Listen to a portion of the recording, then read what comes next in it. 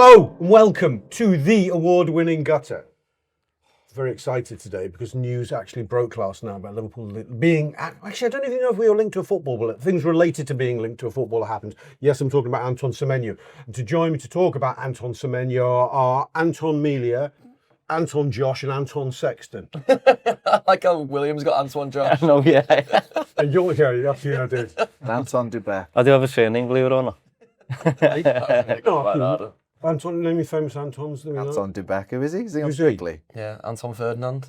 Good one. Anton, who's the fella from West Ham who crashed his car and hasn't been seen since? Michael Antonio. Yeah, he's not Antoine, is he? I think he has been. He's got an Anton. He's Got an Anton in his name. got Antonio. Anyway. Hell of a start, this. Hell of a start. Okay. flying out the traps. In the agenda thing, Josh Williams, as he likes to be known.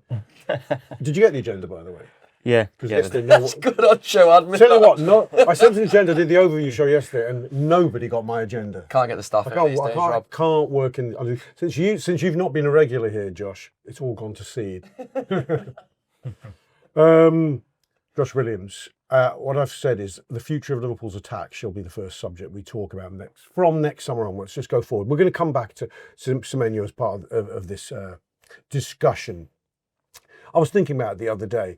I think there's so many uncertainties really about what you think Liverpool's attack 26-27 looks like that it is worth having a proper chat about. I'll start with it by saying an uncomfortable truth, but Mo Salah he either might not be with us by next year or not really sure of a regular place in the team. We don't know. He could do Mo Salah set of things and be incredible for the rest of the season and hit the ground running next season. But he remains an uncertainty, I would say. I'm calling Cody Gakpo an uncertainty for next season because I think he is yet to convince as the future of Liverpool's left-hand side in the way that you could have said, say, Sadio Mane was X years. Yet to be convinced as a starter or in terms of him getting sold? Let's say a bit of both, shall we? Okay. A bit of both. Yeah, because I'm going to work towards the things. I think if you're not good enough to be a starter, not good enough, not really say, no, I want this place now. I'm not sure you should be in the squad, given what ambitions we should have. Let me move on to that. I mean, hence why I don't think Chiesa will be here next year for several reasons. Rio Ngumoha is a great uncertainty around him. We don't know yet to what degree he will push on. We haven't yet had the push on this season we would have liked. He hasn't had the opportunities. We don't know whether we're going to be able to say, oh, Rio Ngumoha can come in when Ekitike is not fit to play on the left next season. We don't know that. I came to the conclusion that the only two you'd say we would have as options next season for definite would be Ekitike and Isak. The others would all have question marks of some sort around them. And I think that suggests there's work to be done. What are you putting Wirtz in then? Wirtz, I think, will be at Liverpool Football Club next season, and I think he will be a starter. That's my opinion. I'd have him in the front three, but he's another question mark about him in terms of our front three options, I would say. Yeah. Well, I think that's part of the problem, to be honest, with the Salah stuff. You're virtually guaranteed to the future of Liverpool's right-hand side, at least, is guaranteed to not produce as many goals or assists. I think we can probably say that safely. So in the immediate present, not in the future, though. Well, in the next few, I don't think you're going to get. I don't think there's anyone I can think of on the market that's realistic. Maybe Michael Elise, if you're in that conversation. Like, I don't know if we are or not. But I look at, I don't know if we're on the Semenyo chat yet, but I look at Semenyo as one of the big perks of him is that he can play both sides genuinely really well, and he's very, very two-footed. So, you could get some product from him on the right side. But I agree with you. I think the only thing that you can say for certain moving forward is most of the goals will now probably come from the 9 versus the right side of the attack, which has been the case for like the past decade or so. So I think Isak will step up eventually as the main guy, and he'll have like the biggest slice of the pie and stuff like that. But I agree. I think beyond that, it is really ambiguous. Will Wirtz end up as a number 10, or is Szoboszlai back in there temporarily at the moment? Will he end up on the left? Will he end up on the right? I don't think that's out. Possibly. It's so uncertain, isn't it? Yeah, possibly. But Rio, I think one of the questions about Rio is even if he fulfills his absolute potential, he's probably never going to be. I mean, I don't know if I'm getting carried away saying this, but he's probably never going to be quick enough to run in behind. He's never going to be a threat in behind like a Mane or a Salah. So to have that kind of threat on the wing, who's like a balls of feet player, you have to accommodate that elsewhere and things like that. So there's a lot that looks uncertain, I agree. And it's difficult to forecast where we're going to end up. So, Adam, this is why I think the Semenyo thing gets interesting. I mean, just to avail people of what was said last night, Ornsteiny, who you can take it to the bank with his information, said Bournemouth may be powerless to prevent Antoine Semenyo's sale in January. Contract includes 65 million release clause available to all clubs, but must be triggered by a set date so that Bournemouth can get time to replace. Applies again in the summer at a lower price. I mean, we'll come into the whys and wherefores of the whether Liverpool are going to move for him or not, and how we're going to read the runes on that one. But does he strike you as given this quandary I've posed, and Josh is sort of, I think he's on board with what I'm saying? Does he strike you as something of a solution, or would you see him as a stopgap?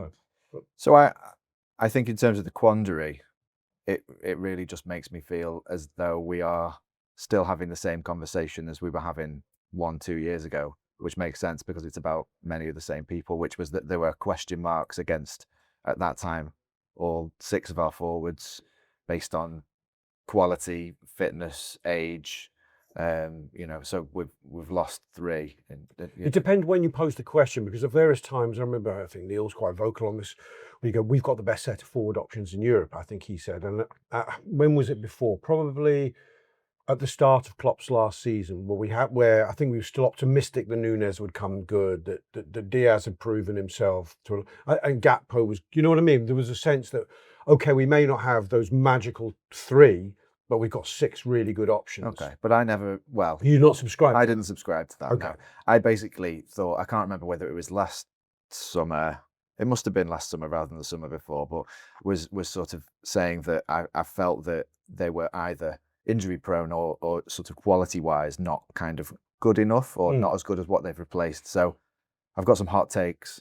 Go on. The first one is Diaz was never good enough. Diaz, I don't want you to argue with me. I'm just going to tell you. I'm not going to, and I can qualify them myself if you want, but I'm putting them out there as hot takes. Diaz was never good enough in terms of a replacement for Mane. He was never as good as Mane. And I am going to come back at you. Okay, well, you can. So shut up. There's 3 hot takes. The second one is, if we are trying to do a PSG, which I feel like it's been out there so much that there must be something in it rather than it just being a fan thing. PSG didn't do a PSG until they bought Kvaratskhelia at Christmas time. That made everything fall into place. Obviously, they've got a really good midfield and other good strikers as well, but that was transformational.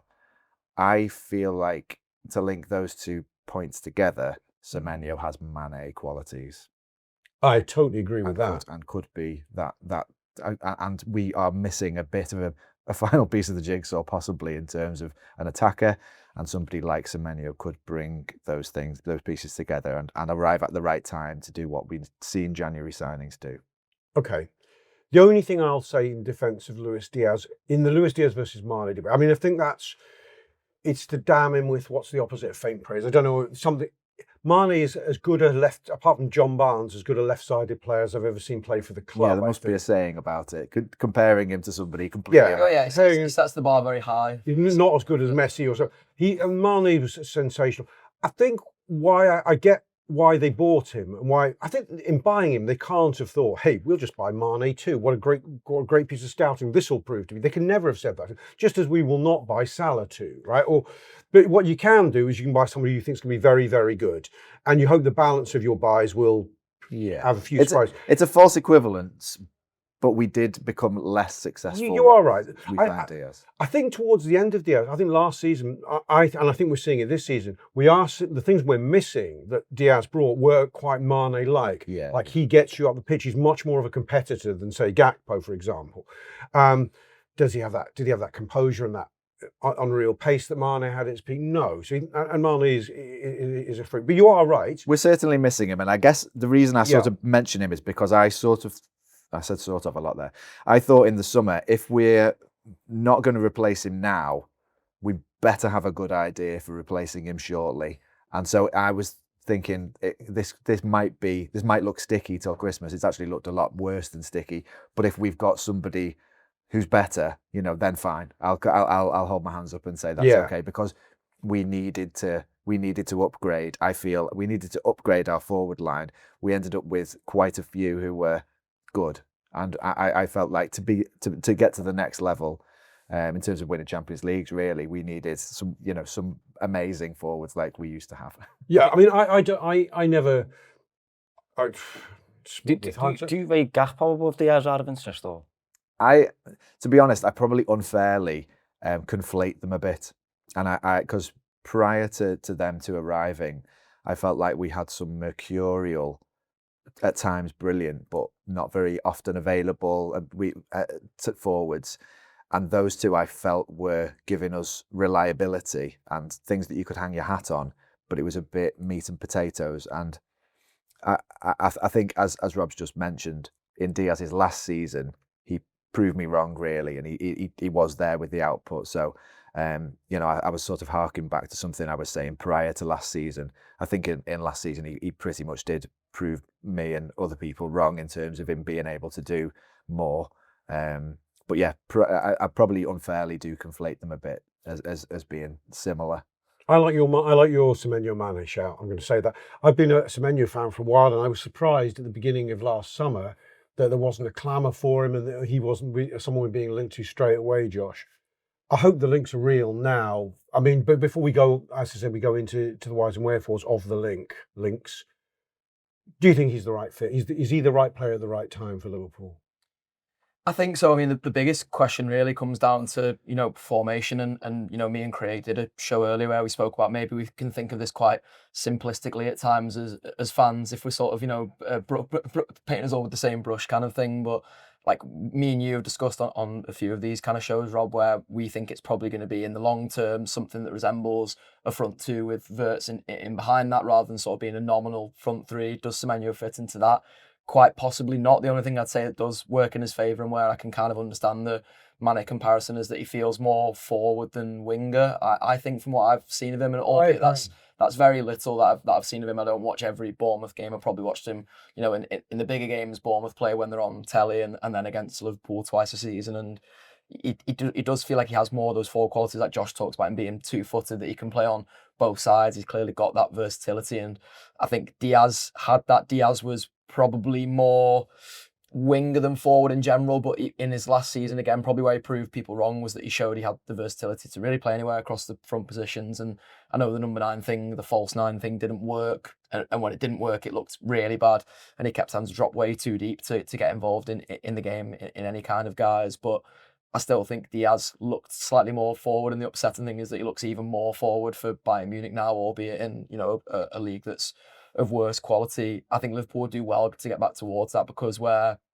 Gakpo, and I always feel bad because I always feel like I'm criticising Gakpo when I come on these shows. Like Cody Gakpo is a brilliant squad option, and I've talked about him being passive before, but you can carry passive players within your squad, because sometimes it's quite nice to have a passive player who, I think meat and potatoes is a good way that Adam describes it, where they can kind of coast through games, or they could even just be, coasted on the bench in a literal sense, and then just come on and grab you a goal. And it doesn't have to be like a big song and dance about finding that goal. It doesn't have to be that he, worms his way past 6 players and gets to the goal. He'll just cut inside and bend one in. Was it against, when did he come on against Madrid the other day? Yes. And he was really effective. Yeah. First time the first time I can remember seeing him being effective at substitutes. In a very un-Cody Gakpo way as well, in that he had a 50-50 immediately and he won it. He looked like he wanted to press really high rather than being a little bit more passive in that. And again, that might just be like a systemic thing rather than a Cody Gakpo thing. But the reason I like the Semenyo links is that it feels like Liverpool are getting back to, if you wanted to do the Mane comparison and think about that front three again, that was very much a front three of 3 forwards. Whatever you thought of Firmino's position, he was a forward, and Liverpool have maybe fallen slightly because of how they wanted to crowbar in Darwin Núñez once upon a time. And obviously Salah is just Salah, and he's a freak in his own right, but they maybe fell into signing wingers because they had the number 9 they wanted to hang the hat on. It's kind of ironic now that we're going, well, there's 2 number 9s there you might want to hang your hat on, but also we're just going to go back to signing forwards. Josh, before we drill down into whether this is a transfer that can happen, how highly or not do you rate Antoine Semenyo? I think he's very good, yeah. I think the Mane comparisons are accurate. I think he's Mane was like explosive off the mark, could go both ways, really two-footed. I think Mane was probably better with his head. I'd say Mane was probably a bit more of a warrior but I think Semenyo does graft. You know, he works really hard, good availability, his upper body strength boss as well, so you can't like outmuscle him or anything like that. So he ticks a ton of boxes really.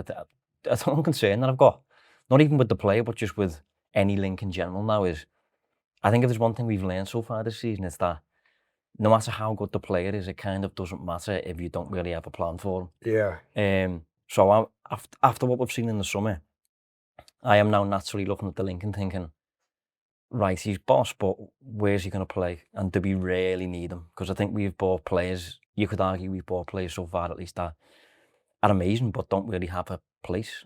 So I'm looking at Semenyo and thinking, like, where does he play? Like the talk so far on the table has been, basically he's upgrading Cody Gakpo. Yes. But you've got Gakpo over there, you've got... or replacing Mo Salah. Well, that's what I was going to throw in there. Like, I think that's a genuine possibility. I think there's every chance that, you know, at the start of next season, for example, you've got Semenyo on the right and you've got Gakpo on the left still. You've also got Ekitike who potentially gets minutes on the left, and you've got Rio coming through for the left. Wirtz prefers the left as well. Yeah. But I do think generally, I think if you look at Semenyo, how good he is and the qualities that he offers, I do think we're missing a few of those qualities. And the beauty with him is you can play him on the left, you can play him on the right, and he doesn't really struggle either way. He can play both, whereas some of the other players that probably doesn't apply to. So, yeah, I'm a big fan. Okay, well, let's talk about whether we actually think there's legs in this one from an LFC point of view, Adam. I mean, it's one thing knowing he's got this release clause. It's tantalising. It means it's not a transfer. 65. Well, let's start with that price. 65 million in January, as long as you give Bournemouth a bit of notice. So it sounds like it's one that's got to happen in the first week of the window, or not at all. I don't think that's that big a number in this day and age anymore. In as much as I think, from a Liverpool point, if we brought in Semenyo, I think it would also finally trigger us letting Chiesa go, and I think he'd go back to somewhere. He's been linked to Napoli. We'll talk about that in a bit.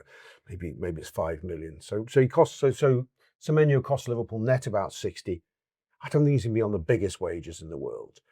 Do you think it's a price that would make them go, I don't know, maybe we should try and get him in the summer for 10 or 15 less? Or do you think Liverpool would go, fucking hell, as Josh says, we need this kind of player. Let's not dick about.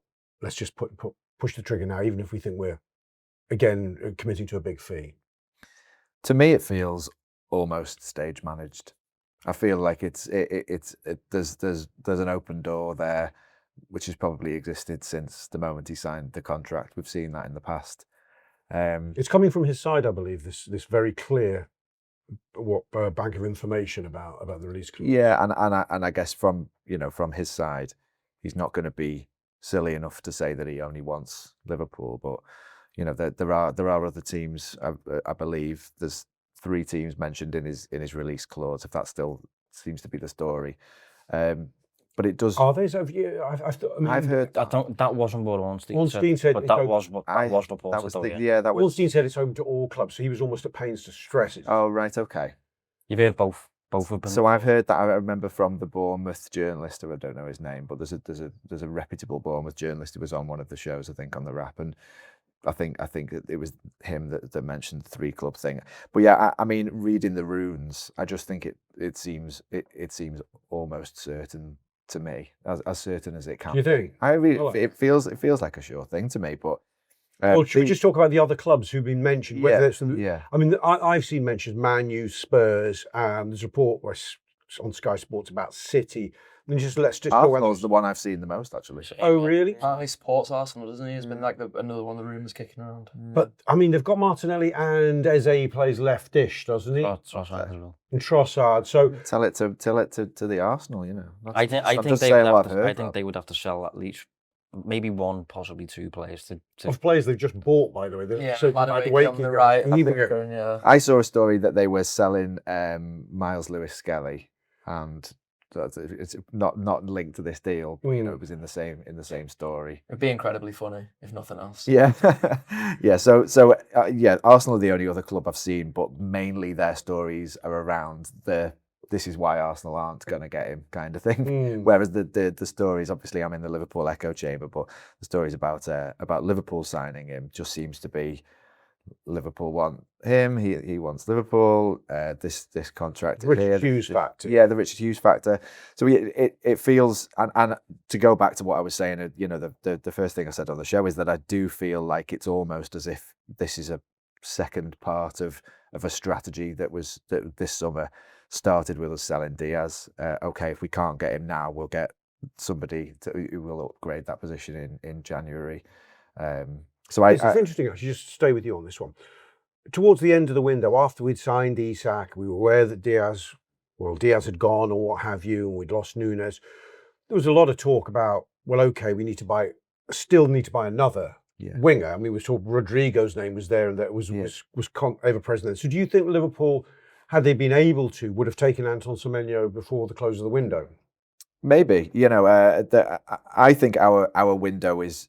It feels as if we start late, which is understandable given the Jota tragedy. So I think we sort of ran out of time, having started from a position of strength and then having to recalculate and move pieces around. So I wonder whether we just decided that we'd let this one go. It was kind of too much work at that point, but knowing that this contract was signed and that release clause is there, we'll pick this up again, in a managed way, which is, as I said, it does feel a bit stage managed, this. So yeah, I mean, the Gay thing kind of took up a lot of bandwidth at the end of the window, didn't it? So yeah, I just think maybe we've decided that that's too much work, but we still need it. And Semenyo being the number one target. The other thing is, like, in the short term, it kind of works for Liverpool's timing, doesn't it? The stage managed thing, I guess the comparison we do have as Liverpool fans is Virgil van Dijk, doesn't it? Where he's, posing with the shirt and a Christmas tree on the 27th of December, means he's in the door, and I think just play against Everton literally on New Year's Day, or if not the 2nd of January. So he was like ready and raring to go, and Liverpool. He'd feigned an injury more or less, hadn't he? Before he signed. And Liverpool could do with having another forward option in January, because quite famously Mo Salah is going away to AFCON, and that could be as early as like the 13th of December now. So the earlier we can get someone like Semenyo in, the better for the short term, really. And I know he's like, his dogs are for life, not just for Christmas, aren't they? So like, you're gonna have to get him in and have a long term plan for him. It's not just to replace Salah in January, for example. But like that, I just think the timing of this, like Adam says, does make it feel a little bit like it's all pointing towards Liverpool's direction. It's a nice gamble, I think, in a sense. I can expect. Again, it's not a cheap gamble, but it's also not. It's not an expensive gamble, and God knows, it seems like we've done some expensive gambles that have yet to pay off. I feel you can bring him in, and you can go, well, if we drop Cody, the week after you bring him in, you drop Cody Gakpo and you play Semenyo. If he doesn't look like he's ready to hit the ground running, fine, you take him out again. Gakpo, Ekitike, we're fine. Wirtz slots in, or Salah comes back a bit tired from AFCON. It's the last week in January. And you go, what could you do with giving Mo another week? You drop him in. He doesn't actually. I mean, it'd be lovely if he hit the ground running, but I don't think there's a pressure for this one to work as there has been with the other ones. Yeah, and like I was really worried about the continuity factor in the summer. Like Adam mentions that the biggest thing there, which is like the sort of invariable in all of this really is the Jota situation. Like, I don't think Liverpool anticipated selling Diogo Jota in the summer, so I think Liverpool wouldn't have necessarily anticipated having to buy Ekitike and Isak. I think once they'd got Ekitike, they'd probably left Isak on the table if Jota was still around, and unless Isak was, Isak was obviously doing his really big kicking up a fuss, and maybe that would have just forced Liverpool's hand eventually, because they kind of wanted to do right by the player and still get another belter in. And then maybe if you've still got Jota around, you can look at those forward options as more of a bank then. But like one of the things that like excites me about the Semenyo links is the idea of just like adding to that forward bank of players, really. Like it basically means like you've gone from a situation in the summer where, because you've already sacrificed the continuity, you're kind of thrown enough shit at the wall to see what stuck. And now you're in the mess because there is shit all over the walls, and most of it is dripping down the walls because it's not yet Keep stuck. going, I'm loving this. It's good analogy. What does it smell like? That's awful. Well, this is the thing, like, because not a lot of it is stuck yet, you can kind of just keep going until more of it does.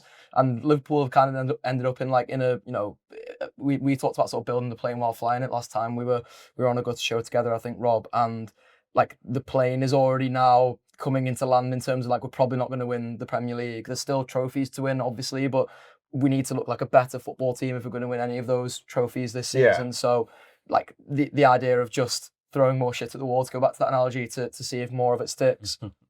It's kind of at least okay with me in my head as a fan. Like, I understand what Josh is saying in terms of like, you do have to have a plan for this player when he comes in.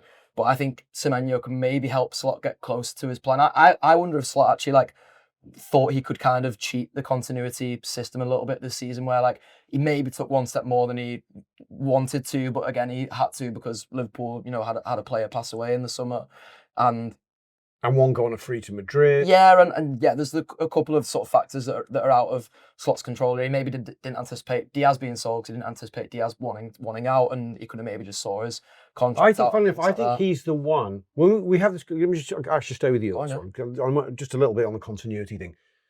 It gets talked about in the round, the continuity thing, but when you drill down, there's a few of them it's not relevant to. Harvey Elliott didn't start till after we'd won the league. Kostas Tsimikas, nobody thought was very good. Darwin Núñez didn't start very many games. So when people, that's already three, which I would say them going doesn't affect continuity. Trent Alexander-Arnold, we didn't have a choice about. Diogo Jota, we didn't have a choice about. So I've now listened to them, mixing my fingers up. There's five which either didn't matter or we didn't have a choice about when we talk about continuity. And then you sort of end up at the feet of, it's Luis Diaz. When we talk about continuity, and that is not exalting Lewis beyond this, but he was a very important player last season. That's the issue for me. It's not replacing Luis Diaz is a thing we didn't really do, and this is why this is an important discussion, this Semenyo one for me.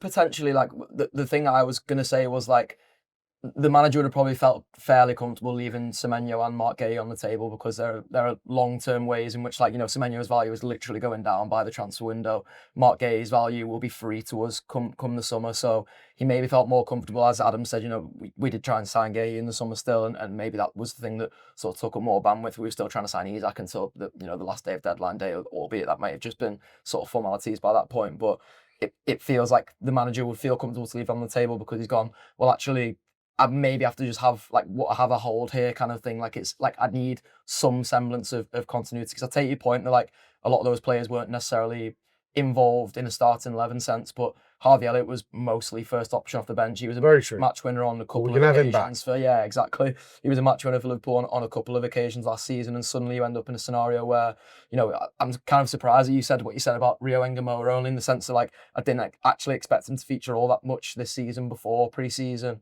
He obviously tears up more trees in pre-season, but if you'd have said to me, he'll be coming on against Newcastle to get your winning goal. I think after then, I expected him to kick on a little bit. Exactly. Like, but at the point of before the Newcastle game, I'd have kind of been like, I don't really want us to be relying on, was he still 16 at the time, or just turned 17-year-old lad to be coming on and getting your goals, when you've got an experienced pro like Harvey Elliott. I know he's only still 22 or 23 years old, but someone who's played a lot of games for Liverpool, scored match-winning goals for Liverpool, go out on loan to Aston Villa instead. So I think the manager has maybe thought he was doing better with the continuity than he was, and he thought, we can win with this season, and then we can go and get those two other players in the summer. I can be quite relaxed on them, and then now suddenly we're like kind of panic stations, because we would really like both of them to play for Liverpool. I think just quickly on that though, like the continuity, like I take your point what you're saying on that, but Liverpool have gone from Trent to a player who's essentially a forward in Frimpong.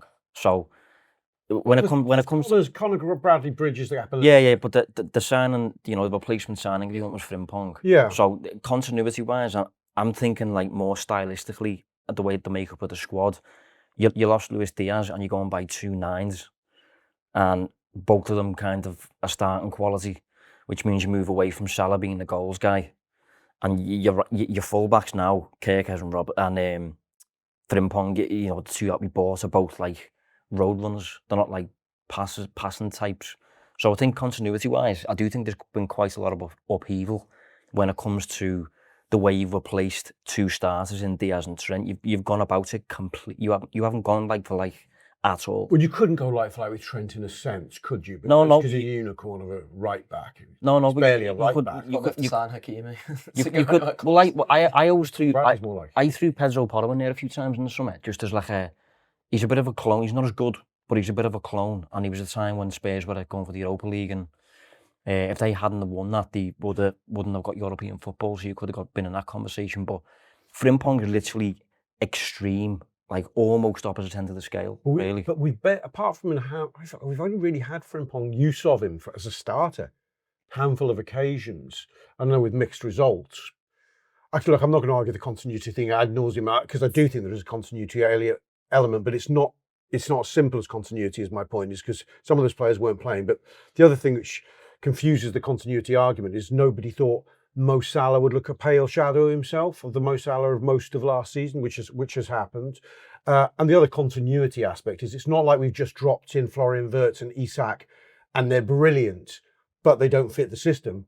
We haven't had the brilliant versions yet. If Alexander Isak had turned up, the peak Alexander Isak playing for Newcastle, I don't give a fuck about systems and continuity. He's banging in some goals. If you get Florian Wirtz confident, I know this is a bit of a simplistic way of looking, but if Florian Wirtz arrives box fresh, Premier League ready, confident, I think you get a different set of outcomes. This is probably what they hoped. This is probably why they thought they could cheat it though. Like they probably thought, well, we'll just get away with this because all these footballers are brilliant, and kind of realise that like it's not necessarily the way it works. Like it is too simplistic a way to look at it almost. Yeah. Okay. Well, Definitely is. Well. Yeah, I think this is why Liverpool have this. There's a perfect storm of there are continuity elements, there are tactical elements, and there are simply footballers not being at their best elements for a variety of reasons. That's definitely happened. Like it's that mashup. That's what I'm just saying. Continuity is too. I think continuity is too. Lack of continuity is too simplistic in this expression. That's where the most interesting thing is, as you said before, it's not necessarily too many signings. It's the lack of a coherent plan, which is really surprising. To me, it's really surprising. I agree. Yeah, I mean, what do you mean? Well, I don't think there was. I don't think they were. I don't think whoever they, Richard Hughes, the manager, Michael Edwards, one or two of the scouts. I don't think they were.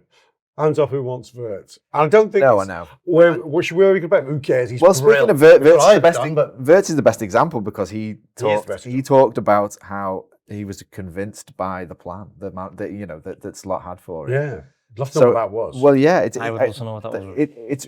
But it is. This is it's what when you think about it, it's possibly the most interesting thing about this season and how it's gone, and we won't know until the end of this season when presumably it will be working better. I think it will anyway.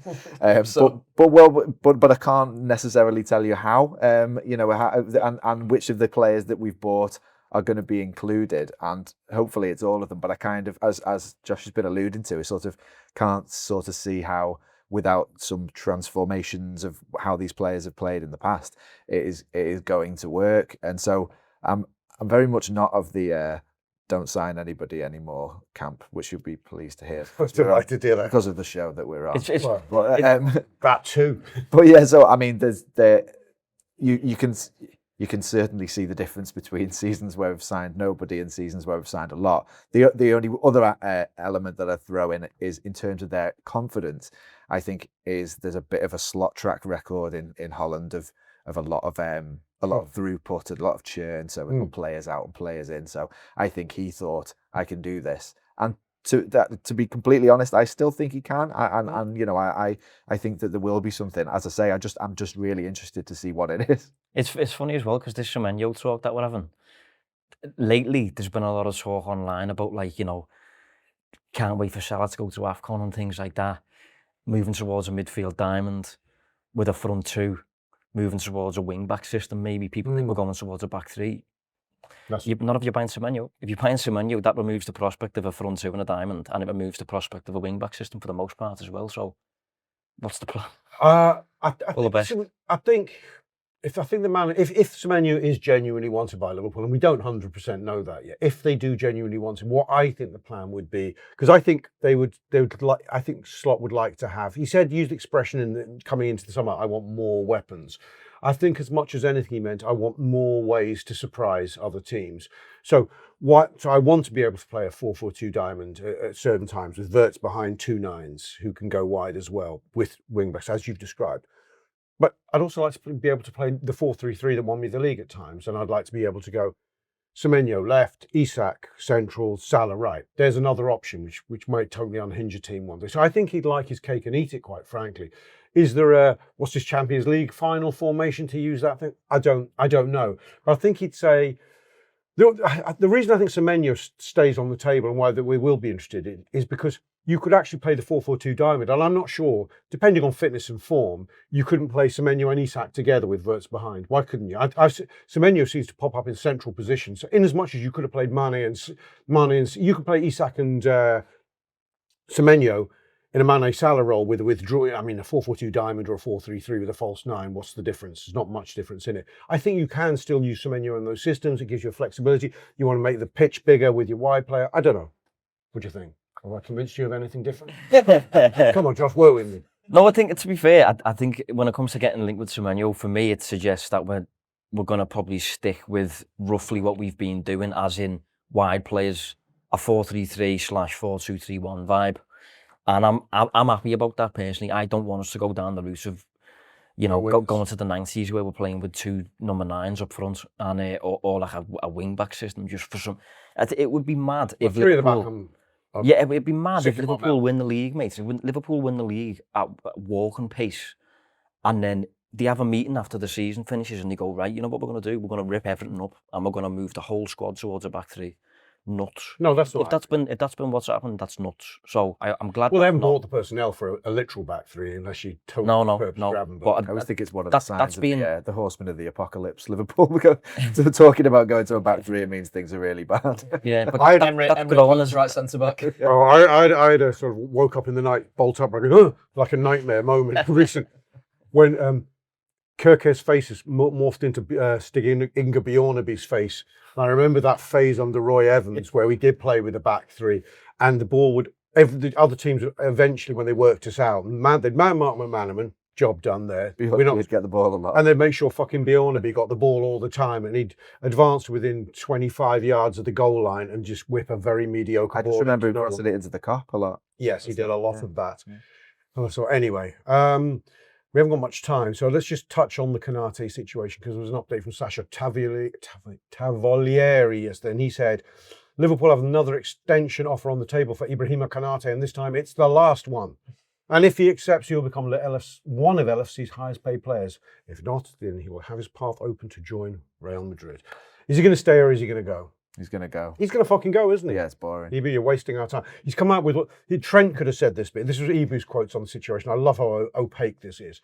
He said, I think he was winning with France this week. He goes, it's clear we think about it. I think he means his contract situation.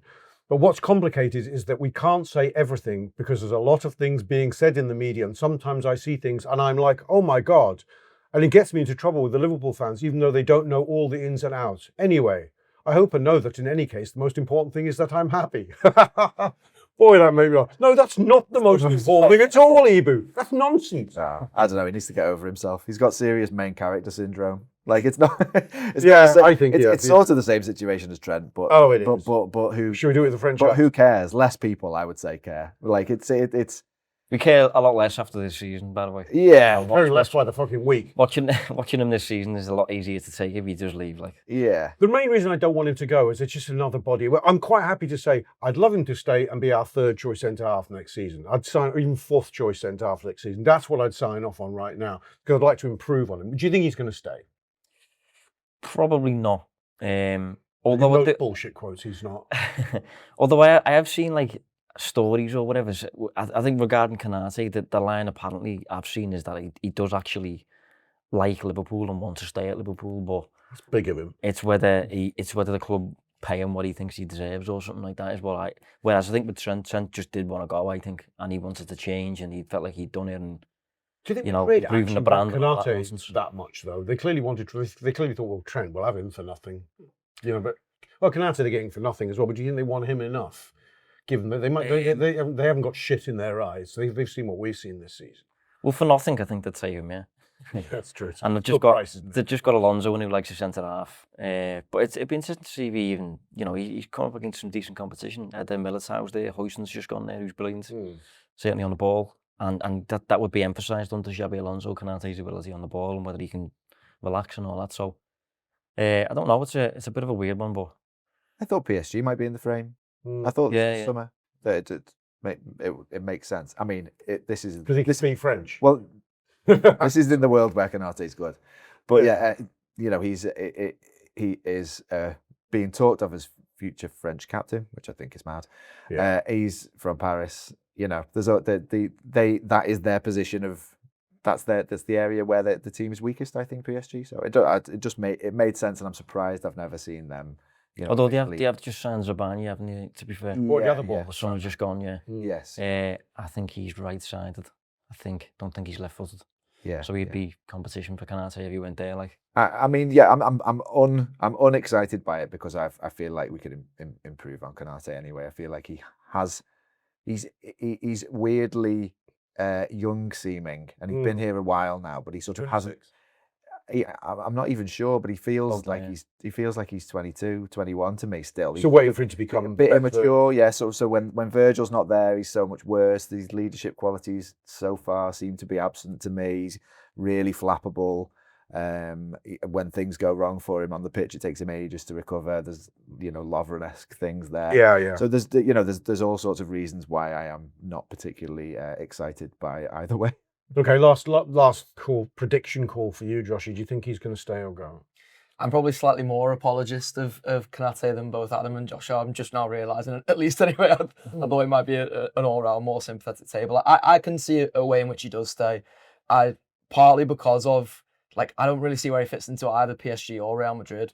And I wonder if neither of those deals are actually done in the way, as Josh said, it felt like the Trent deal was just done from probably even a year before, anything had even been reported in the press. So Trent had enough time to learn his Duolingo. I reckon Ibu is probably just still scrapping around, hoping that one of those moves materialises, using it as a bit of thing where he can poke Liverpool to get more money, and maybe they just end up finding a compromise on it. Yeah, and also the other X factor with Konate is we don't know if he's going to get one of his injuries again. I mean, he could be out for the last 2 months of the season, and Madrid will go, sack that. Anyway, okay. Lots of things we didn't get to cover, which is exciting because it's an excuse for maybe another show next week. It's up to you, Neil. Just saying. Hashtag just saying. Thanks, Adam. Thanks, Joshes. All the Joshes. And thanks to everyone out there in Transferland. See you again soon.